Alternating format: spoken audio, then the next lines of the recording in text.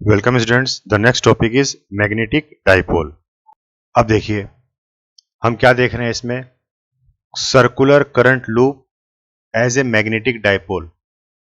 क्या मतलब हुआ कि अगर कोई भी करंट कैरिंग सर्कुलर लूप है तो वो एज ए मैग्नेटिक डाइपोल की तरह से काम करती है। मैग्नेटिक डाइपोल का मतलब क्या हो गया, डाइपोल मतलब दोनों पोल एग्जिस्ट करेंगे उसके, ठीक है ना। कौन कौन से, मैग्नेटिक नॉर्थ और मैग्नेटिक साउथ, ठीक है ना, दोनों पोल एग्जिस्ट करेंगे किसी भी करंट कैरिंग सर्कुलर लूप की वजह से, ठीक है ना। तो आप इसको ऐसे समझ सकते हैं कि अगर मैं राइट हैंड थंब रूल लगाऊं तो जो कर्ल है अपनी फिंगर्स के, ठीक है ना, इसको हम दोनों तरीके से यूज कर सकते हैं। या तो आप थंब को करंट मान लो या फिर थंब को आप मैग्नेटिक फील्ड मान लो। तो अगर थंब को अगर आप मैग्नेटिक फील्ड मानते हो, ठीक है ना, तो जो कर्ल है आपकी अंगुलियों के वो क्या हो जाएंगे, करंट की डायरेक्शन शो करेंगे। तो मान लीजिए करंट की डायरेक्शन ये है, इस तरीके से क्लोज लूप है, ठीक है। तो जो थंब है आपका वो आपका मैग्नेटिक फील्ड को शो करेगा। तो थंब हमेशा मैग्नेटिक फील्ड का कौन सा पोल शो करता है, नॉर्थ पोल, ठीक है। तो ये तो हो गया मैग्नेटिक नॉर्थ, और इसका अपोजिट साइड ये आपका बन जाएगा मैग्नेटिक साउथ पोल, ठीक है ना। तो इस तरीके से दोनों पोल जो है आपके, दोनों जो डाई पोल हैं, डाई का मतलब दो ना, तो दोनों पोल जो है आपके एग्जिस्ट करते हैं। तो कोई भी करंट कैरिंग सर्कुलर लूप जो है वो एक तरीके से एक मैग्नेटिक डाइपोल बनाता है, ठीक है ना। डाइपोल मतलब दोनों पोल उसमें आते हैं मैग्नेट के, ठीक है।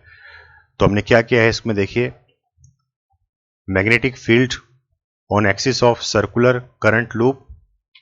तो कोई करंट कैरिंग सर्कुलर लूप है, इसके ऊपर हम मैग्नेटिक फील्ड देख रहे हैं, इसकी एक्सियल लाइन के ऊपर at a distance x p point के ऊपर जो आपकी मैग्नेटिक फील्ड आएगी वो क्या आएगी, ये, ठीक है। ये एक्सप्रेशन हम ऑलरेडी पीछे ड्राइव कर चुके हैं, ठीक है ना। कोई भी करंट कैरिंग सर्कुलर लूप के एक्सियल लाइन के ऊपर किसी भी पॉइंट के ऊपर जो मैग्नेटिक फील्ड आती है वो ये निकल के आती है, ठीक है। तो अगर x की वैल्यू बहुत ज्यादा है as compare to radius of the circular loop, तो उस केस में r हम नेग्लेक्ट कर देंगे। तो आपका एक्सप्रेशन बन गया ये, ठीक है, ये एक्सप्रेशन आ जाएगा। अब देखिए एरिया ऑफ लूप क्या होता है, ये एरिया है इस लूप का, इसको हम लिख सकते हैं पाई आर स्क्वायर। तो यहां से हम r की वैल्यू निकाल सकते हैं। तो आर स्क्वायर किसके बराबर हो जाएगा, a अपॉन पाई, ठीक है। तो आर स्क्वायर की जगह मैंने रख दिया a अपॉन पाई, ठीक है। तो देखिए b is equal to mu naught, और ये जो आई ए है इसकी जगह मैंने लिख दिया m, ठीक है ना, और 2 पाई एक्स क्यूब। तो m के इसके बराबर हो गया आई ए, ठीक है ना। इसको हम बोलते हैं मैग्नेटिक मूवमेंट, ठीक है ना। जैसे हमने इलेक्ट्रिक डाइपोल में पढ़ा था इलेक्ट्रिक डाइपोल मूवमेंट, वैसे ही हम मैग्नेटिज्म में पढ़ेंगे मैग्नेटिक डाइपोल मूवमेंट, ठीक है। तो ये उसका एक्सप्रेशन आता है। अब देखिए अगर इसको हम 2 से मल्टीप्लाई और 2 से डिवाइड कर दें तो आपका एक्सप्रेशन क्या बन जाएगा, म्यू नॉट 2m अपॉन 4 पाई एक्स क्यूब। ये एक्सप्रेशन आया, क्लियर है। तो ये तो हमारी आ गई magnetic field eight an axial line of magnetic dipole movement, ठीक है ना। तो किसी भी एक्सियल लाइन के ऊपर जो मैग्नेटिक डाइपोल मूवमेंट था उसके एक्सियल लाइन के ऊपर हमने एक मैग्नेटिक फील्ड की वैल्यू निकाली है, ठीक है। इसको आप ऐसे भी समझ सकते हैं कि अगर आपका करंट इस तरीके से फ्लो कर रहा है, ठीक है, अगर आप अपनी कर्ल को इस तरीके से ले अंगुलियों के, तो आपका थंब जो इस तरह पॉइंट आउट करेगा, तो ये एंड होगा आपका मैग्नेटिक नॉर्थ और ये एंड आपका जाएगा मैग्नेटिक साउथ, ठीक है ना। यानी कि कोई भी करंट कैरिंग लूप जो है एक मैग्नेट बनाती है, टेम्परेरी मैग्नेट आप कह सकते हो। अगर हम रियल मैग्नेट लें तो ये हो गया साउथ हैंड और ये हो गया नॉर्थ हैंड, ठीक है ना। और इस मैग्नेट के भी अगर, और ये इसका सेंट्रल पॉइंट है, ठीक है ना, सेंटर ऑफ दिस मैग्नेट, और ये इसकी एक्सियल लाइन है, ठीक है। तो इसकी एक्सियल लाइन के ऊपर अगर P पॉइंट के ऊपर अगर मैं मैग्नेटिक फील्ड देखता हूं which is at a distance x, ठीक है ना, x डिस्टेंस की दूरी पर, तो वो क्या निकल के आती है, वो ये निकल के आती है, ठीक है ना, B equals to mu naught upon 4 pi 2m upon x cube, ठीक है ना। तो वही चीज बताना चाह रहा है कि अगर जो मैग्नेट है वो आपकी करंट कैरिंग सर्कुलर लूप भी जो है एक मैग्नेट बनाती है, उसमें भी डाइपोल एग्जिस्ट करते हैं, ठीक है ना, दोनों पोल एग्जिस्ट करते हैं। अब अगर हम इसको इलेक्ट्रिक डाइपोल मूवमेंट के साथ अगर कंपेयर करें कि इलेक्ट्रिक डाइपोल मूवमेंट कितनी इलेक्ट्रिक फील्ड बनाएगी एक्सियल लाइन के ऊपर, तो देखिए अगर म्यू नोट की जगह मैं रख दूं 1 अपॉन एप्सिलॉन नॉट, m की जगह मैं लिख दूं p, ठीक है ना, m क्या है मेरा मैग्नेटिक मूवमेंट है और p क्या है इलेक्ट्रिक डाइपोल मूवमेंट है, ठीक है ना। तो m की जगह कर दिया p और b की जगह अगर मैं कर दूं E, ठीक है ना, मैग्नेटिक फील्ड की जगह कर दूं इलेक्ट्रिक फील्ड, तो अबव एक्सप्रेशन मेरा क्या हो जाएगा, E equals to 1 upon 4 pi epsilon naught 2p upon x cube, ये एक्सप्रेशन बन गया। अब अगर आप ध्यान से देखो तो ये एक्सप्रेशन किसका है, ये इलेक्ट्रिक फील्ड है at an axial line of electric dipole. तो जो इलेक्ट्रिक डाइपोल हम लेते हैं ना माइनस क्यू प्लस क्यू, उसकी एक्सियल लाइन के ऊपर किसी भी पॉइंट P के ऊपर which is at a distance x, ठीक है ना, तो वहां जो इलेक्ट्रिक फील्ड निकल के आती है P पॉइंट के ऊपर वो ये निकल के आती है, ठीक है। तो यहां पे भी हमने डाइपोल लिया था, ये इलेक्ट्रिक डाइपोल है, ठीक है ना, दोनों को एग्जिस्ट करते हैं इलेक्ट्रिक डाइपोल, वैसे ये मैग्नेटिक डाइपोल है, ठीक है ना, ये मैग्नेटिक डाइपोल, दोनों पोल आपके को एग्जिस्ट करेंगे। तो इससे हम क्या कंक्लूड करते हैं, a current carrying circular loop acts as a magnetic dipole, ठीक है ना, कोई भी करंट कैरिंग सर्कुलर लूप है वो एज ए मैग्नेटिक डाइपोल काम करती है। और जो मैग्नेटिक डाइपोल मूवमेंट की जो वैल्यू आती है वो क्या आती है, m इक्वल्स टू IA, ठीक है ना, ये इसकी मैथमेटिकल वैल्यू होती है, क्लियर। अब देखिए अगर हम दोनों को कंपेयर करें इलेक्ट्रिक डाइपोल और मैग्नेटिक डाइपोल, तो हम क्या देखते हैं कि इलेक्ट्रिक डाइपोल में हमारे पास दो चार्ज होते हैं, इट कंसिस्ट ऑफ 2 चार्जेस, ठीक है ना, पॉजिटिव और नेगेटिव। और मैग्नेटिक डाइपोल किस वजह से बनता है, एक सर्कुलर करंट कैरिंग लूप, ठीक है ना, तो इसमें करंट लूप होती है हमारे पास। इलेक्ट्रिक डाइपोल में हमारे पास मोनोपोल एग्जिस्ट करते हैं, monopole in the sense single single pole exist कर सकते हैं, ठीक है ना, आप पॉजिटिव चार्ज को और नेगेटिव चार्ज को आप अलग अलग कर सकते हो, ठीक है, जबकि मैग्नेटिक मोनोपोल्स एग्जिस्ट नहीं करते, ठीक है ना, मतलब साउथ पोल नॉर्थ पोल अगर आप सेपरेट करना चाहो तो नहीं होंगे। अगर आपके पास कोई भी मैग्नेट है, अगर उसमें नॉर्थ पोल है तो साथ में साउथ पोल आएगा, ठीक है ना, ये आप लोगों ने 10th क्लास में भी पढ़ा होगा। ये तो करंट कैरिंग लूप की वजह से हमने मैग्नेट बनाई थी। अगर हम रियल मैग्नेट ले लें, रियल मैग्नेट, ये साउथ है ये नॉर्थ है, आपको अगर ध्यान हो 10th क्लास में तो हमने आपको कहा था कि अगर आप इसको तोड़ देते हो बीच में से, ठीक है ना, इस तरीके से अगर आप इसको ब्रेक कर देते हो तो ये नॉर्थ ये साउथ, तो ये नॉर्थ और ये साउथ, इस तरीके से बन जाएगा ये, ठीक है ना। तो हमेशा नॉर्थ और साउथ पोल जो है को एग्जिस्ट करते हैं, दोनों साथ में एग्जिस्ट करते हैं, इसमें अलग नहीं कर सकते आप चाहकर भी। जबकि इलेक्ट्रिक के अंदर हम जो है मोनोपोल्स एग्जिस्ट करते हैं, ठीक है ना, या मोनो चार्जेस जो हैं एग्जिस्ट करते हैं, पॉजिटिव चार्ज नेगेटिव चार्ज ये डिस्क्रीट होते हैं, इनको आप अलग अलग कर सकते हो, ठीक है ना, ये फर्क है बेसिक। तो यहां तो हमने मतलब एक करंट कैरिंग सर्कुलर लूप के वजह से हमने मैग्नेटिक डाइपोल देखा था। आने वाले चैप्टर्स में हम रियल मैग्नेट के ऊपर भी हम स्टडी करेंगे कि मैग्नेटिक डाइपोल क्या होगा, ठीक है ना, और जाहिर सी बात है रिजल्ट सेम रहेगा, रिजल्ट सेम ही आएगा, ठीक है ना। तो वहां पे भी मैं आपको करके दिखाऊंगा, वैल्यू आपकी यही आएगी। नेक्स्ट देखिए, magnetic dipole movement of A revolving electron. अगर कोई इलेक्ट्रॉन किसी न्यूक्लियस के चारों तरफ रिवॉल्व करता है तो वो भी एक मैग्नेटिक डाइपोल मूवमेंट बनाता है, ठीक है। कैसे बनाता है वो हम देख लेते हैं। तो मान लीजिए कि हमारे पास कोई एटम है, ठीक है ना। तो the charge on nucleus, nucleus पे चार्ज कितना है, प्लस जेड ई, ठीक है। जेड क्या है यहां पे, एटॉमिक नंबर। और चार्ज ऑन इलेक्ट्रॉन पे चार्ज कितना है, माइनस ई, ठीक है ना। ये इलेक्ट्रॉन पे चार्ज है। रेडियस क्या है इसकी, आर, स्मॉल आर इसकी रेडियस है, ठीक है। अब एक इलेक्ट्रॉन जो है इसे मूव कर रहा है, मान लीजिए ये सर्कुलर पाथ पे रोटेट कर रहा है। तो electron moving around nucleus consist current. तो अब हम क्या पढ़ते हैं कि अगर कोई भी चार्ज पार्टिकल अगर फ्लो कर रहा है, ठीक है ना, flow of charge leads to current, तो करंट प्रोड्यूस होता है। तो यहां पे इलेक्ट्रॉन क्या है, एक चार्ज पार्टिकल ही तो है। तो जब ये मूव कर रहा है तो इसका मतलब करंट प्रोड्यूस होगा। और करंट की डेफिनेशन हम क्या पढ़ते हैं, charge per unit time. Current कैसे पढ़ते हैं अपन, चार्ज पर यूनिट टाइम, यही हमने करंट के बारे में पढ़ा है ना। तो यहां पे चार्ज को हम Q से भी डिनोट कर सकते हैं, अगर आप चाहो तो इसको E से भी डिनोट कर सकते हो, कोई दिक्कत नहीं है। तो यहां पे ये तो अपना हो गया चार्ज, ठीक है ना, और T अपना हो गया टाइम पीरियड, ठीक है। तो इसको हमने कैपिटल T ले लिया, टाइम। भाई टोटल कितना टाइम लगा, तो इस केस में टोटल कितना टाइम लगेगा एक चक्कर पूरा करने में उसको। तो टाइम किसके बराबर होता है, डिस्टेंस अपॉन स्पीड। तो डिस्टेंस कितना कवर कर रहा है एक चक्कर में, मतलब एक तरीके से सरकमफ्रेंस ही है ना, तो 2 पाई आर। और स्पीड क्या है, तो वो वेलोसिटी है इलेक्ट्रॉन की, ठीक है ना, तो वेलोसिटी ऑफ इलेक्ट्रॉन, ठीक है ना।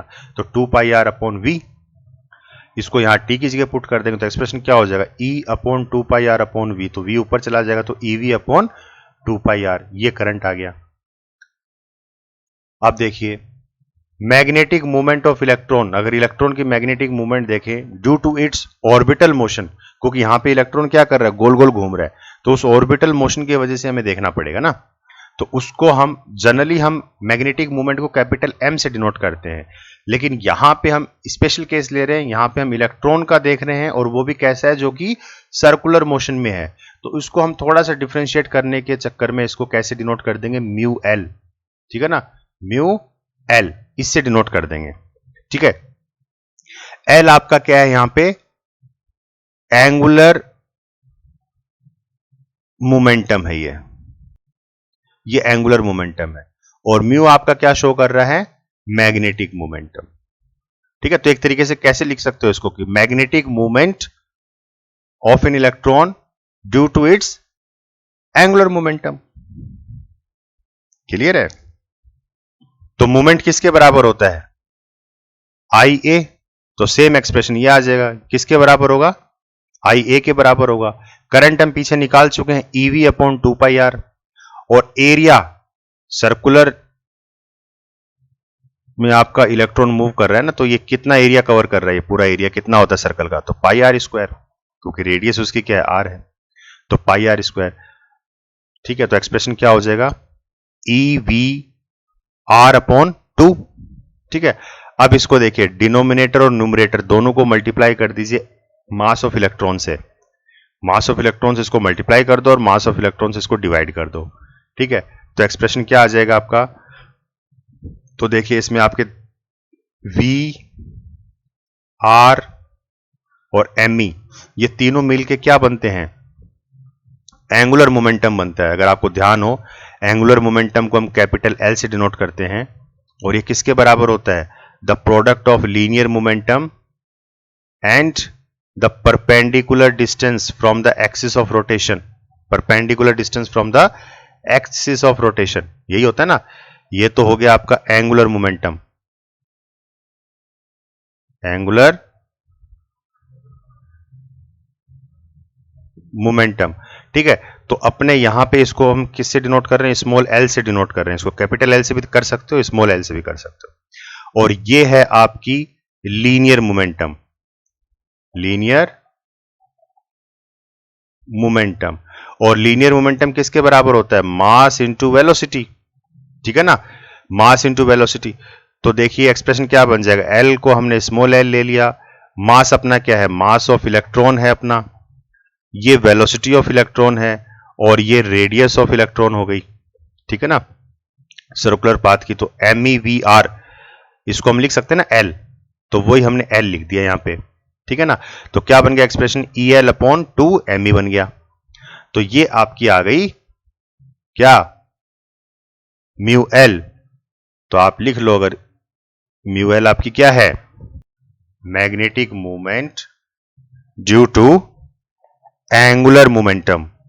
ठीक है ना, यहां पे हम एल से डिनोट कर रहे हैं इसको, स्मॉल एल से। ठीक है ना, ये फॉर्मूला आपने 11th क्लास में पढ़ा होगा। ठीक है ना, angular momentum, relation between angular momentum and linear momentum के बीच में। तो ये एक्सप्रेशन आ गया।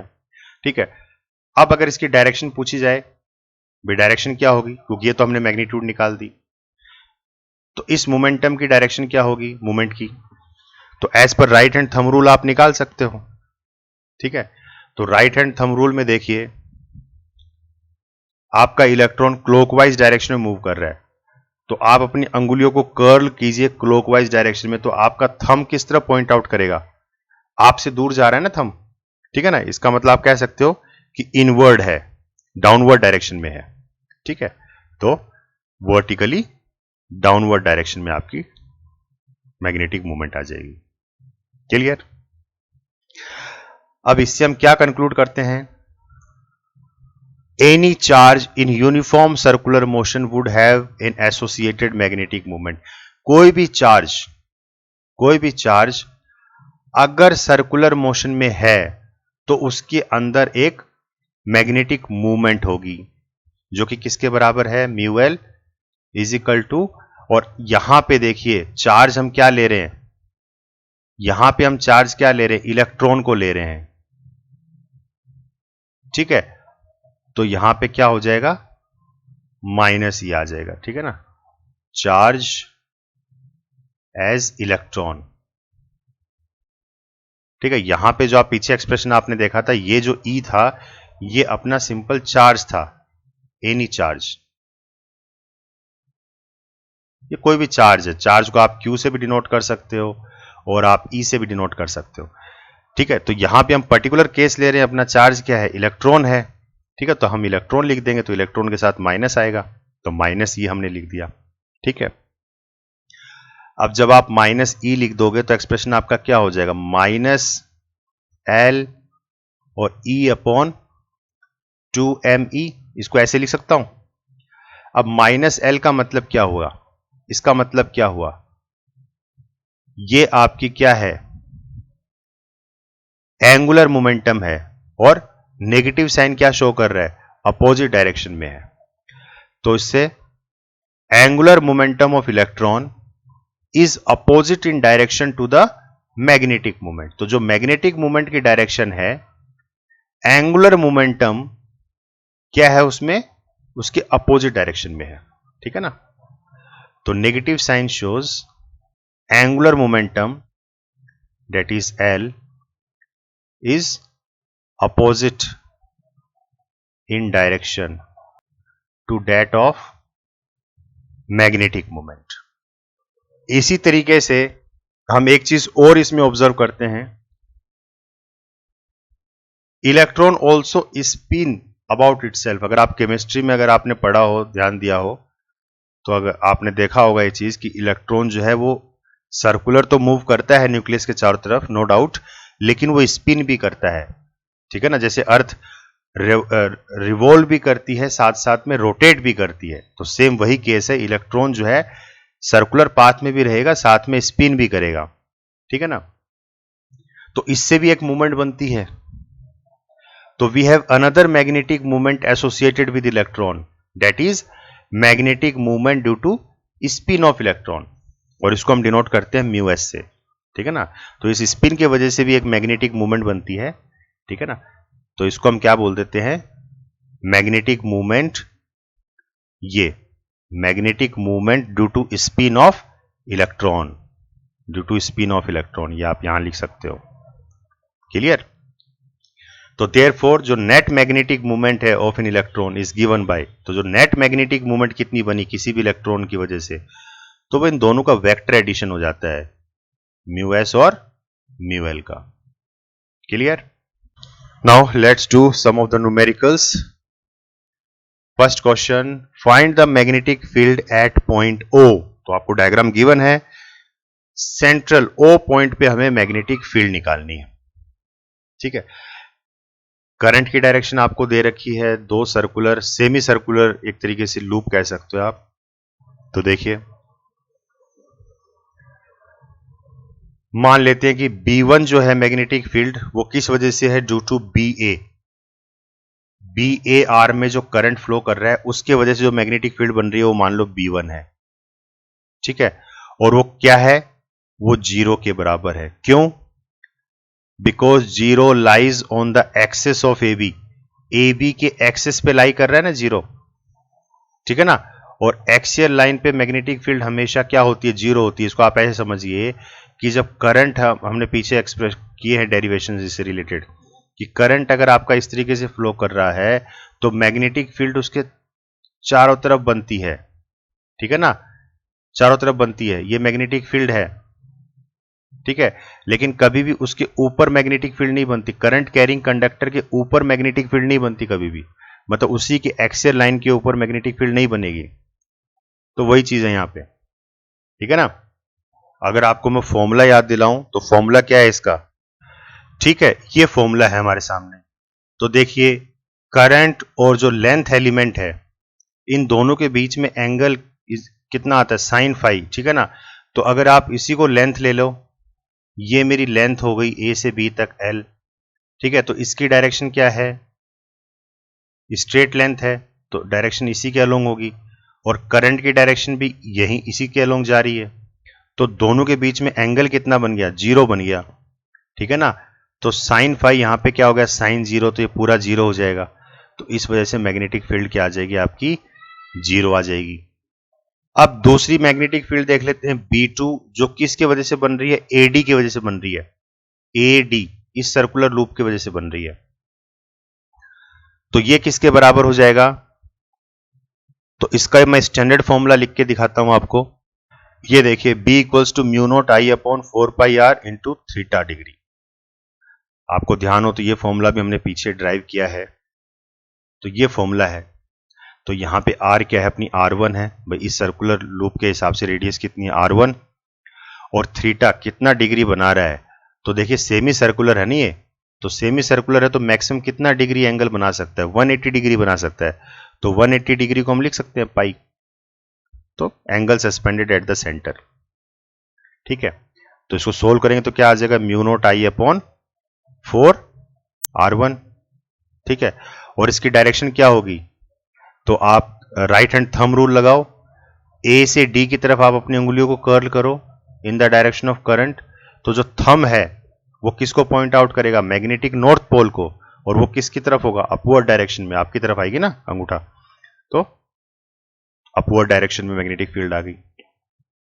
फिर ऐसे ही हम B3 निकालेंगे magnetic field due to DC की वजह से, तो ये भी अगेन 0 हो जाएगा क्योंकि इसी के लाइन के अलोंग देख रहे हैं हम, ठीक है ना। और करंट कैरिंग वायर के ऊपर, उसी के एक्सियल लाइन के ऊपर मैग्नेटिक फील्ड हमेशा 0 होती है, तो ये भी 0 हो जाएगा।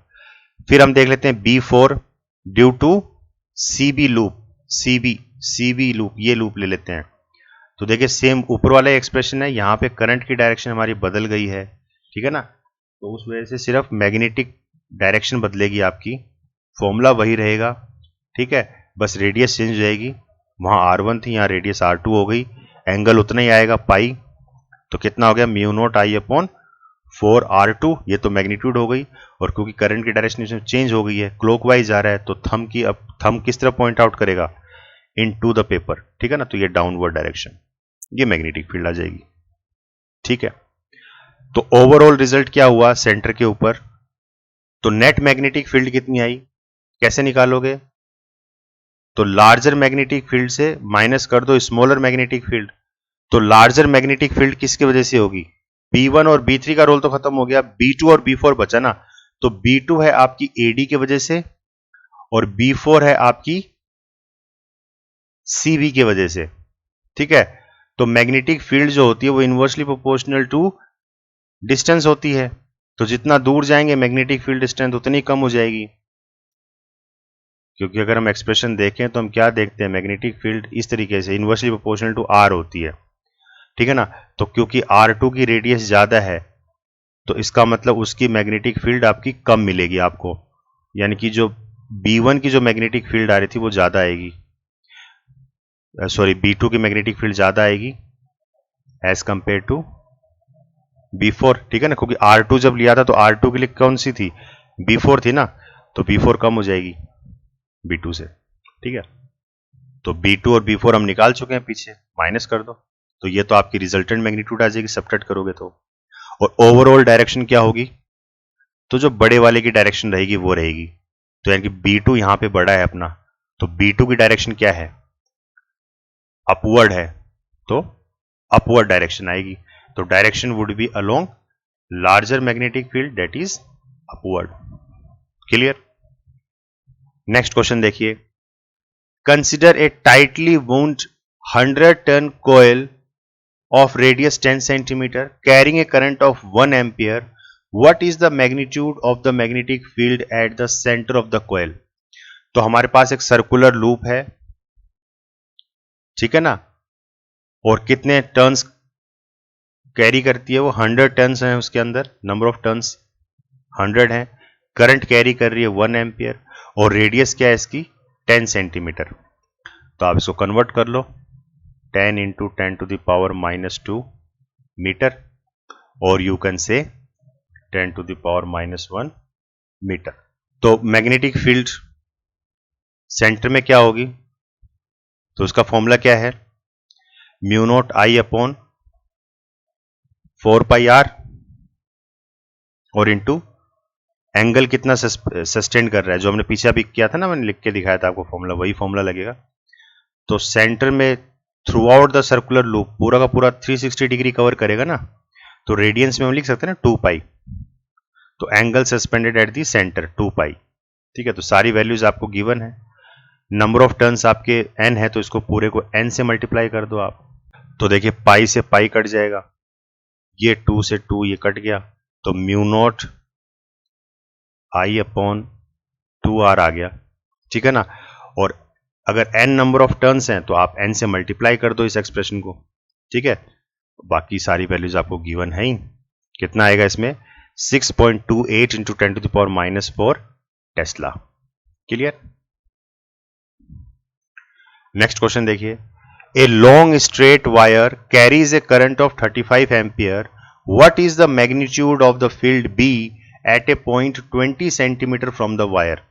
तो एक स्ट्रेट वायर है, ठीक है ना, स्ट्रेट वायर है, 35 एम्पियर करंट कैरी कर रहा है। अब इस वायर से हम एक r डिस्टेंस, जो कि कितना है 20 सेंटीमीटर हमने लिया है, 20 10 टू -2 मीटर, ठीक है ना, 20 सेंटीमीटर दूर, यानी कि P पॉइंट पे हमें देखना है कि मैग्नेटिक फील्ड क्या बनेगी।